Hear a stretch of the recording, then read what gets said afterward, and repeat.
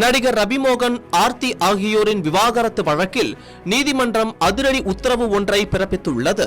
இது தொடர்பான கூடுதல் தகவல்கள் என்ன என்பதை தற்போது பார்க்கலாம். ஜெயம் திரைப்படத்தின் மூலம் தமிழ் சினிமாவில் கதாநாயகனாக அறிமுகமானவர் ரவிமோகன். இந்த படத்திற்கு பிறகு உனக்கும் எனக்கும், சந்தோஷ் சுப்பிரமணியன், பேராண்மை, தனி ஒருவன், கோமாளி என்று பல்வேறு வெற்றி படங்களில் நடித்த இவர் சிவகார்த்திகேயனின் பராசக்தி திரைப்படத்தில் வில்லனாகவும் நடித்திருக்கிறார். பிரபல தயாரிப்பாளர் சுஜாதா விஜயகுமாரின் மகளான ஆர்த்தியை காதலித்து வந்த ரவிமோகன் கடந்த 2009ஆம் ஆண்டு அன்று திருமணம் செய்து கொண்டார். இவர்கள் இருவருக்கும் ஆரவ், அயான் என்று 2 மகன்கள் உள்ளனர்.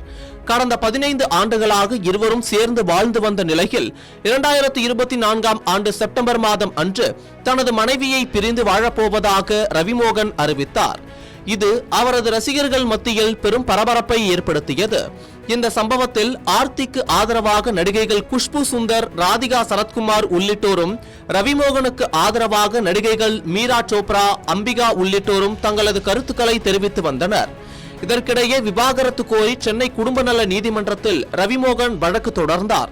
இது தொடர்பான விசாரணை நடந்து வரும் நிலையில் தனது குடும்ப செலவுக்கு ஒவ்வொரு மாதமும் ரூபாய் 40 லட்சம் ஜீவனாம்சமாக வழங்க வேண்டும் என்று ஆர்த்தி நீதிமன்றத்தில் மனு தாக்கல் செய்திருந்தார். இந்த நிலையில் ஆர்த்தியின் ஜீவனாம்சம் தொடர்பான கோரிக்கை நிராகரிக்கப்பட்டிருப்பதாக தகவல்கள் தெரிவிக்கின்றன. அதாவது, விவாகரத்து வழக்கு விசாரணை முடியும் வரை மாதம் ரூபாய் 40 லட்சம் தர வேண்டாம், அதற்கு பதிலாக ரூபாய் 3 லட்சத்தை ஆர்த்திக்கு ரவிமோகன் கொடுக்க வேண்டும்.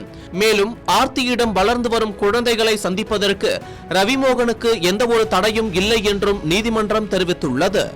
மகன்கள் ஆரவ், அயானை பார்க்க விடாமல் தடுக்கிறார் ஆர்த்தி. பள்ளிக்கு பாடிகார்டுடன் அனுப்பி வைக்கிறார். என் மகன்கள் கார் விபத்தில் சிக்கியதை கூட என்னிடம் தெரிவிக்கவில்லை. விபத்து குறித்து அறிந்து பதறி போன போதும் என்னை பிள்ளைகளை பார்க்க விடாமல் ஆர்த்தி தடுக்கிறார் என்று வேதனையுடன் ரவிமோகன் சமீபத்தில் கூறியிருந்தார் என்பது குறிப்பிடத்தக்கது.